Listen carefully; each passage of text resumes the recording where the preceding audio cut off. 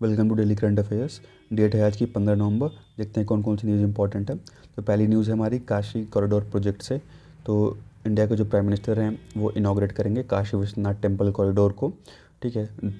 यहाँ देखिए डेट 13 दिसंबर दिया हुआ है, लेकिन ये 15 दिसंबर को वाराणसी में जो है ये काशी जो कॉरिडोर प्रोजेक्ट है उसका इनाग्रेशन करेंगे। ठीक है, डेट डेट यहाँ गलत है, 15 दिसंबर होगा। देखिए at least 400 families were asked to vacate. जब ये प्रोजेक्ट लॉन्च किया गया तो उस समय जो वहाँ करीब करीब 400 परिवार रह रहे थे, तो उस जगह को खाली करवाया गया। ठीक है, जो भी टेम्पल के अराउंड जो एरिया था उसको जो भी फैमिली रह रही थी उनको मुआवजा दिया गया और वहाँ की जो जगह है उसको खाली करवाया गया।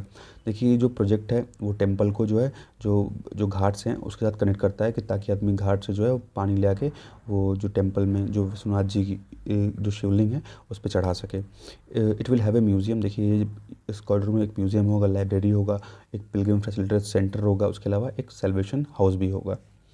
The inauguration would see the presence of main archaks of 12 jyotirlinga. अब देखिए जो काशी विश्वनाथ मंदिर है उसमें जो शिवलिंग है वो 12 ज्योतिर्लिंग में से एक सबसे महत्वपूर्ण इंपॉर्टेंट शिवलिंग है। ठीक है। अब देखते हैं काशी विश्वनाथ मंदिर के बारे में। तो ये one of the most famous Hindu temples में से एक है जो कि डेडिकेटेड है भगवान शिव को, और ये लोकेटेड है विश्वनाथ गली में, बनारस में, उत्तर प्रदेश में। और देखा जाएगा तो ये गंगा नदी के जो वेस्टर्न पार्ट है, वेस्टर्न हिस्से में गंगा नदी के ये बसा हुआ है। एंड वन ऑफ द 12 ज्योतिर्लिंग और 12 ज्योतिर्लिंग में से एक है, और भगवान शिव के होलीएस्ट टेम्पल में से भी एक है। The temple that encapsulates the vision of the Holkar queen of Indore, Ahilyabai Holkar. उसके और ये कहा था कि अहिल्याबाई होलकर के द्वारा ही ये विश्वनाथ मंदिर का निर्माण जो है वो किया गया था। सेकेंड न्यूज़ है हमारी NAM से, जो कि नॉन अलाइन मूवमेंट है। तो नॉन अलाइन मूवमेंट के जो है 60 वर्ष जो है करीब करीब पूरे हो गए। तो birth anniversary of Jawaharlal Nehru this month on the 60th anniversary of non align movement. तो जवाहरलाल नेहरू जी के जन्म दिवस पे और नॉन अलाइन मूवमेंट के 60 वर्ष पूरे होने के अवसर पे जो है इस चीज़ के बारे में हम देख रहे हैं। तो 1946 में 6 days after Nehru form national government, तो जब नेहरू जी ने सरकार बनाई उसके 6 दिन बाद नेहरू जी ने एक स्पीच में ये कहा कि we propose to keep away from the power politics of groups aligned against one another. It is for one world that the free India will work. तो ये कहा गया था जवाहरलाल नेहरू जी के द्वारा। Nehru was opposed to the conformity required by both sides in the Cold War, and his opposition to alliances was justified by American weapons to Pakistan from 1954 and the creation of Western-led military blocks in Asia। तो जो भी 1954 के आसपास जो है जो American weapons वगैरह हैं उन लोग उस चीज़ वो पाकिस्तान जो है वो सब यूज़ कर रहा था, और कहीं ना कहीं हमारे कंट्री के ऊपर जो है वो एक तरह से दोनों के बीच में गर्मा गर्मी का माहौल था उस टाइम। तो non align movement was the least costly policy. तो उस समय ये नॉन अलाइन मूवमेंट जो थी वो सबसे लीस्ट कॉस्टली पॉलिसी थी, ताकि जो इंडिया है उसके डिप्लोमेटिक प्रेजेंस को प्रमोट किया सके। एक sensible approach when India was weak and looked at askance by both blocks and the best means of securing economic assistance from abroad। और जो हम अपनी जो हमारी जो इकोनॉमिक सिक्योरिटी थी उसको हम और अच्छे से सिक्योर कर सकें, तो इस चीज़ की वजह से हुआ था। इंडिया प्लेड अ लोन हैंड अगेंस्ट कॉलोनिज्म। तो इंडिया ने यहाँ देखिए एक लोनली हैंड प्ले किया against colonialism and racism until many African state achieve independence after 1960। तो जो बाकी के जो अफ्रीकन स्टेट थे वो 1960 के बाद उनको इंडिपेंडेंस मिलता है, लेकिन इंडिया को जो 1947 में ही इंडिपेंडेंस मिल गया। India played a surprisingly prominent role at the facilitator at the 1954 Geneva peace conference. तो इंडिया ने जो है एक महत्वपूर्ण भूमिका निभाई थी जो 1954 में जो जिनेवा पीस कॉन्फ्रेंस हुआ था इंडो चाइना के बीच में। तो वहाँ पे जो है इंडिया ने एक अच्छा रोल निभाया था। Where after non align appear to have the come from the east, जहाँ से जो है नॉन अलाइन मूवमेंट की शुरुआत फिर वहाँ में देखने को मिलती है। India adherence to both Koreas and both Vietnams was shown by India recognized neither, yet it recognized one party in the two Chinas and two Germanys। तो देखिए यहाँ दो पार्टी रिकोगनाइज की गई थी। एक पार्टी जो थी रिकोगनाइज की गई थी चाइना में, और मींस 2 पार्टी चाइना में रिकॉग्नाइज की गई थी और 2 पार्टी जो है वो जर्मनी में रिकॉग्नाइज की गई थी। The treaty of peace, friendship and cooperation between the India and the union of Soviet socialist Republic of 1971, तो हमें ये चीज़ देखने को मिलता है। उसके अलावा fashion with the liberation of war Bangladesh in view come dangerously come to the military alliance. उसके बाद मिलिट्री जो अलायंस है वो बीच हमें अदर कंट्रीज़ के साथ देखने को मिलता है। अब देखते हैं कि जो नॉन अलाइन मूवमेंट है उसका फेलियर क्यों हुआ। तो only 2 members of summit conference of the non align movement, Cyprus and Ethiopia, supported India in the war with China. जब चाइना के साथ युद्ध चल रहा था तो उस टाइम केवल जो है 9 जो नॉन अलाइन मूवमेंट था उसका केवल चाइना और इथियोपिया ने सपोर्ट किया जो कॉन्फ्रेंस हुआ था उस टाइम, और किसी कंट्री ने सपोर्ट नहीं किया, तो ये भी एक फेलियर का कारण है। Among the non aligned movements member was a plenitude of varying alignments, सबके इसमें जो अलग अलग सोच थे। A weakness aggravated by non-internalizing their own percepts of human rights and peacefully settlement of disputes on the ground of non-violating the sacred principle and sovereign domestic jurisdiction। तो इस चीज़ को लेकर के जो है सबके अलग अलग व्यू थे, तो इसीलिए जो है ये जो नॉन अलाइन मूवमेंट था उसका फेलियर होने का ये कारण था। Other failures were lack of collective action. उसके अलावा देखेंगे तो जो एक एकजुट होकर के काम करने का जो तरीका है वो देखने को नहीं मिला। एंड कलेक्टिव सेल्फ रिलायंस, ठीक है, तो कोई कलेक्टिव सेल्फ रिलायंस देखने को नहीं मिला। And the non establishment of an equitable international economic और इंफॉर्मेशन ऑर्डर। तो अब हम अगली न्यूज़ देखते हैं, ग्रेडेड रिस्पॉन्स एक्शन प्लान, जिसको हम GRAP बोलते हैं। तो देखिए नेशनल कैपिटल जो रीजन है तो वह directed to be ready to implement. ये अब जो नेशनल कैपिटल रीजन है वहाँ पे GRAP लॉन्च किया गया है ताकि वो एयर पोल्यूशन को कंट्रोल किया जा सके, जो कि हमारा ग्रेडेड रिस्पॉन्स एक्शन प्लान है पोल्यूशन को लेकर के। तो देखिए इन 2014 when study by WHO found that Delhi, देखिए 2014 में एक स्टडी हुई थी WHO के द्वारा, तो उसमें यह मिला कि जो दिल्ली है वो मोस्ट पोल्यूटेड सिटी है in the world. Panic spread in the centre and the state. तो ये जब WHO ने कहा कि दिल्ली सबसे मोस्ट पोल्यूटेड सिटी है पूरे वर्ल्ड में, तो एक तरह से सेंटर और स्टेट के बीच में एक पैनिक स्प्रेड हो गया। Approved by the supreme court in 2016 the plan was formulated. बाद में सुप्रीम कोर्ट के द्वारा 2016 में जो जजमेंट दिया गया उसी के बाद जो है ये GRAP का जो प्लान है ग्रेडेड रिस्पॉन्स एक्शन प्लान उसको फॉर्मुलेट किया गया, बनाया गया आफ्टर सेवरल मीटिंग्स। और इसके लिए कई मीटिंग्स हुई। जो environmental pollution prevention and control authority है, उसके अलावा जो राज्य की सरकारें हैं, जो एक्सपर्ट्स हैं, उनके बीच में जो है कई मीटिंग्स हुई। उसके बाद जो है ग्रेडेड रिस्पॉन्स एक्शन प्लान बन के तैयार हुआ। The result was a plan that institutionalized measures to be taken when air quality deteriorates। तो ये कहा गया कि यहाँ ये डिसीजन लिया गया कि जब भी एयर क्वालिटी जो है कम ख़राब होती है तो क्या क्या जो है हमें कदम उठाने चाहिए, क्या क्या मेजर्स हमें लेने चाहिए। तो जो GRAP है मीन्स जो ग्रेडेड रिस्पॉन्स एक्शन प्लान है ये केवल एज ए इमरजेंसी मेजर ही काम करता है। देखते हैं कि अभी काम करने का तरीका क्या है, कैसे काम करता है। The plan does not include action by various state government. तो ऐसा नहीं है कि वेरियस स्टेट गवर्नमेंट सबको जो है कुछ ना कुछ करना है, ऐसा कुछ नहीं है। To be taken through the year to tackle industrial vehicular and combustion emissions. तो देखिए सीधी बात है कि जो भी आपके इंडस्ट्रियल वेहिकुलर कंबशन, जो भी इंडस्ट्रीज़ के द्वारा या जो भी व्हीकल जो गाड़ियाँ हैं उनके द्वारा जो भी पोल्यूशन हो रहा है तो उसको टैकल करने की या बात कही गई, ठीक है। मीन्स कैसे कर सकते हैं, तो जैसे मान लीजिए कि जैसे दिल्ली में देखने को मिलता है कि एक ऑड इवेंट डेज पे गाड़ियाँ चलती हैं, ठीक है। इस दिन जो ऑड वाली गाड़ी चलेंगी जिसका ऑड नंबर होगा, और दूसरे दिन जो है इवन वाली गाड़ी चलेंगी जिसका इवन नंबर होगा। When the air quality shift from poor to very poor, जब एयर क्वालिटी पुअर से ज़्यादा पुअर वेरी पुअर में शिफ्ट करता है तो the major listed under the both sections have to followed since the plan is incremental in nature. तो जब भी ऐसा मीन्स पुअर से वेरी पुअर में कंडीशन में कन्वर्ट होता है तो प्लान जो है वो स्टेट को फॉलो ही करना पड़ता है। If air quality reaches the severe plus stage, अगर air quality severe plus stage में पहुंचेगी तो GRAP's talk about shutting down school. तो ग्रैब जो है वो ये बोल सकता है कि स्कूल वगैरह जो है बंद करना पड़ेगा, और ये जो odd even road space scheme है वो आपको लागू करनी पड़ेगी। अब देखते हैं कि क्या क्या, जैसे मान लीजिए सीवियर प्लस जब कैटेगरी होती है तो वो इमरजेंसी कैटेगरी घोषित कर दिया जाता है। अगर PM2.5 जो है वो 300 म्यूग्राम पर क्यूबिक मीटर से ज़्यादा हो जाता है, ठीक है, तो उस समय ये सीवियर कैटेगरी में आ जाएगा। या जो PM10 है वो 500 म्यूग्राम पर क्यूबिक मीटर से ज़्यादा हो जाता है, 48 घंटे के लिए इसी जगह ज़्यादा रहता है, तो उस समय इसको सीवियर कैटेगरी में उस जो स्टेट होगा, एरिया होगा, उसको कर दिया जाएगा। तो उस टाइम जो है जैसे मान लीजिए दिल्ली में क्या किया जाएगा कि जो ट्रक वगैरह की जो एंट्री है उस बंद कर दिया जाएगा। तो केवल जो इसेंशियल कमोडिटीज़ हैं वही अलाउ होंगे, बाकी सबके जो ट्रक्स वगैरह हैं बाकी सारे ट्रक्स की एंट्री बंद हो जाएगी।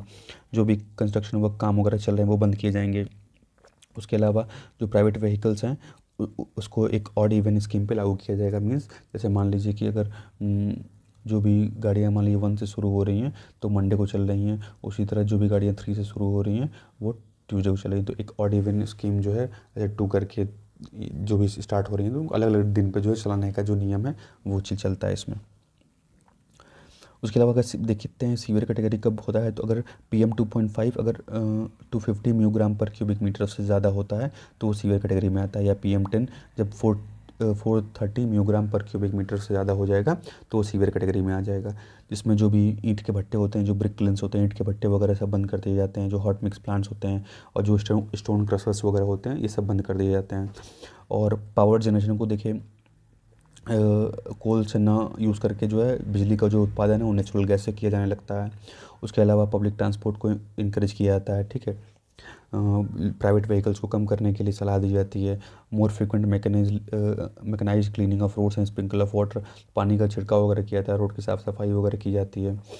और देखिए जब वेरी पुअर कैटेगरी में आता है तो उस टाइम जो है अगर PM2.5 जो है 121 से 250 म्यूग्राम पर क्यूबिक मीटर के आसपास है तो वेरी पुअर कैटेगरी है वो।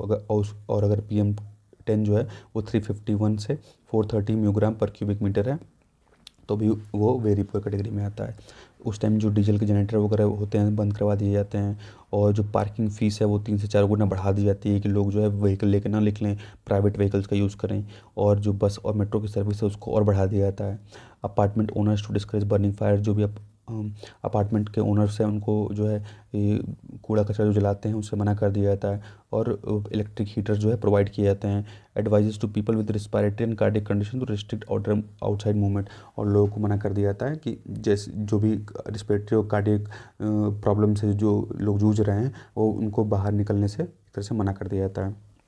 देखिए अगर मॉडरेट से पुअर कब कंसिडर किया जाता है, तो जैसे मान लीजिए PM2.5 अगर 61 से 120 म्यूग्राम पर क्यूबिक मीटर के बीच में है, या PM10 जो है 101 से 350 म्यूग्राम पर क्यूबिक मीटर के बीच में है तो उसमें मॉडरेट से पुअर कंसिडर किया जाएगा।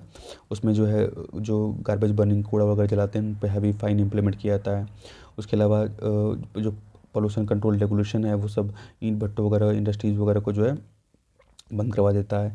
और mechanize sweeping on roads with heavy traffic and water sprinkling वगैरह यहाँ भी की जाती है। जो फायर क्रैकर्स पटाखे वगैरह हैं उस पर बैन कर दिया जाता है।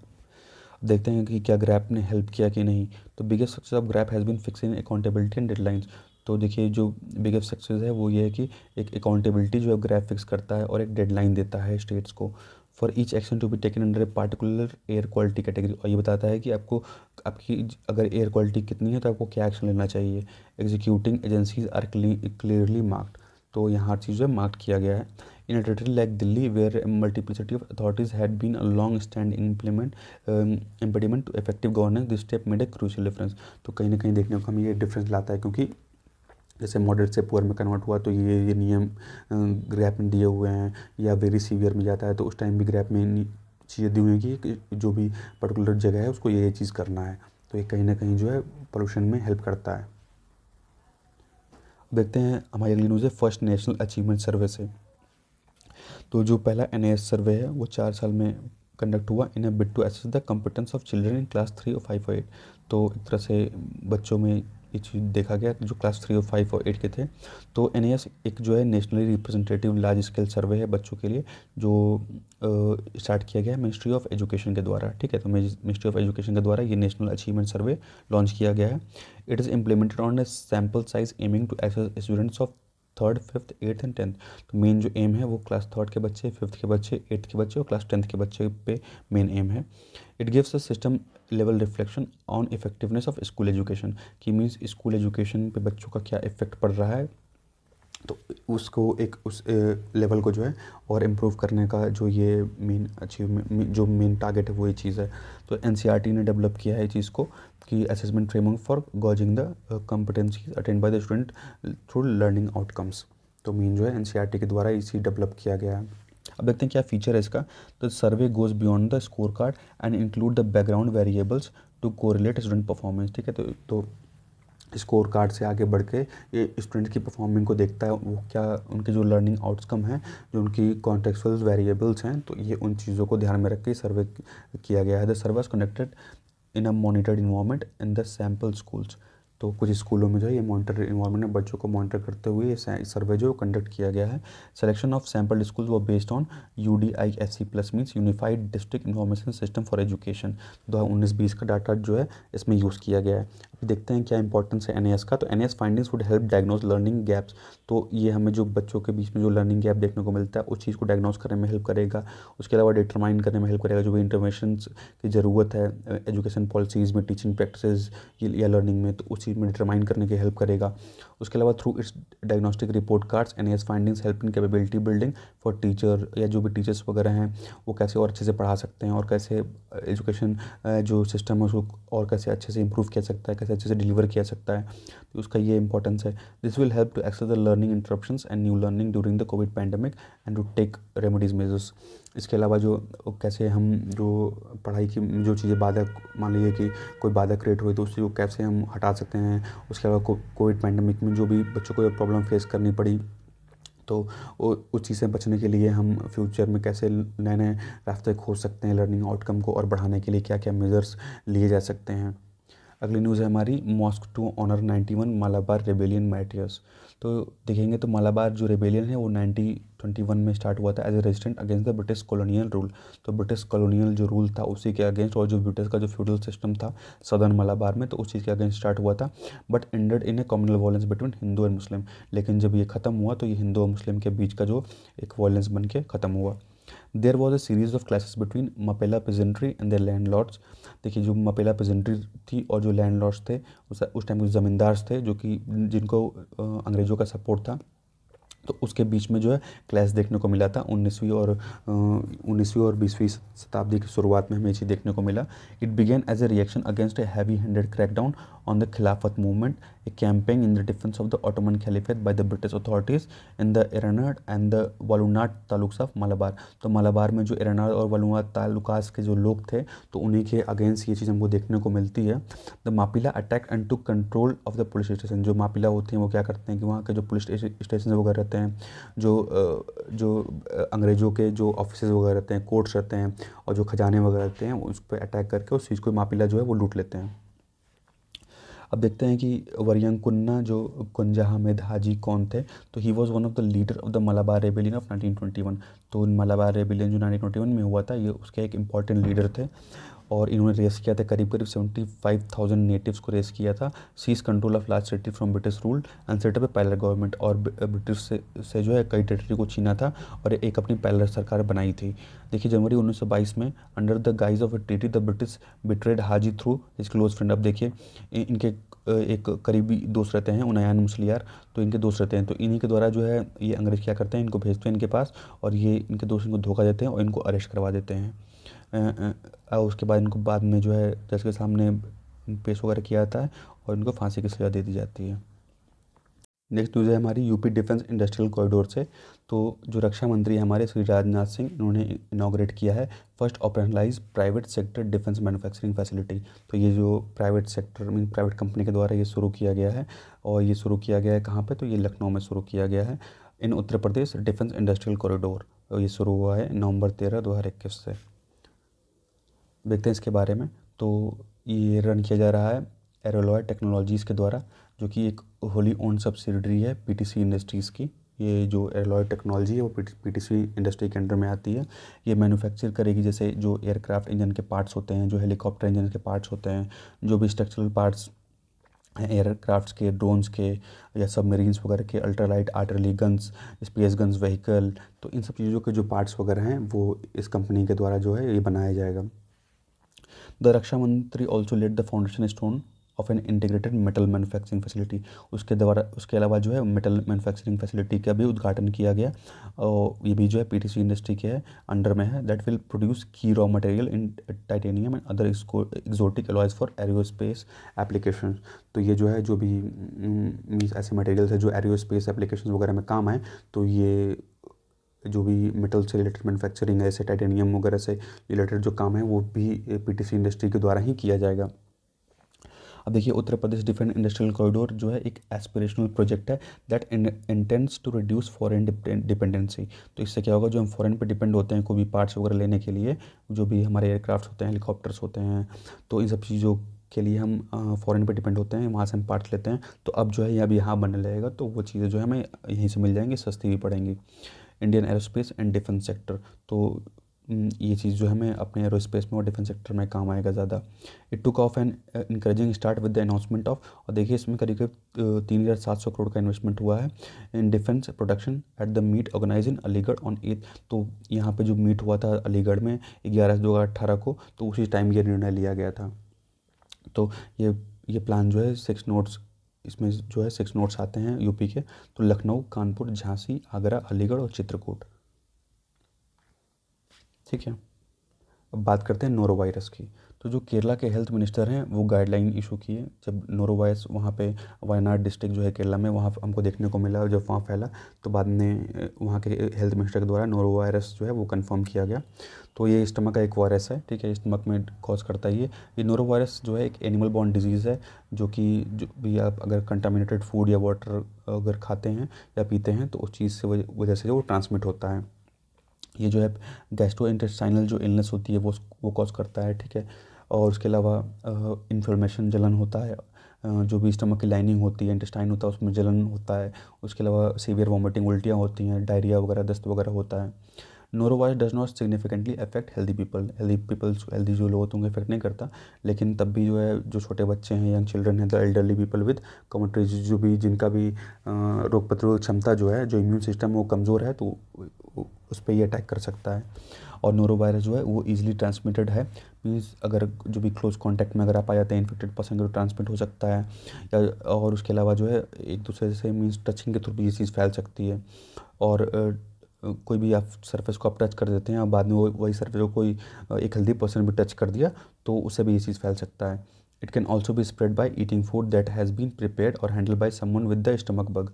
तो जिसको ये चीज़ हुआ है, मान लीजिए कि जिसको ये नोरोवायरस पहले से है, अगर आप उसका यूज़ किया हुआ सामान आप भी यूज़ कर लेते हैं तो उससे भी ये डिजीज़ फैल सकती है। The virus spread through the excrement of the vomit and infected person. उसके अलावा जो है ये देखिए एक्सक्रीटा या वॉमिट के थ्रू भी जो है फैल सकता है। तो आज के लिए बस इतना ही। Thank you, thanks for watching.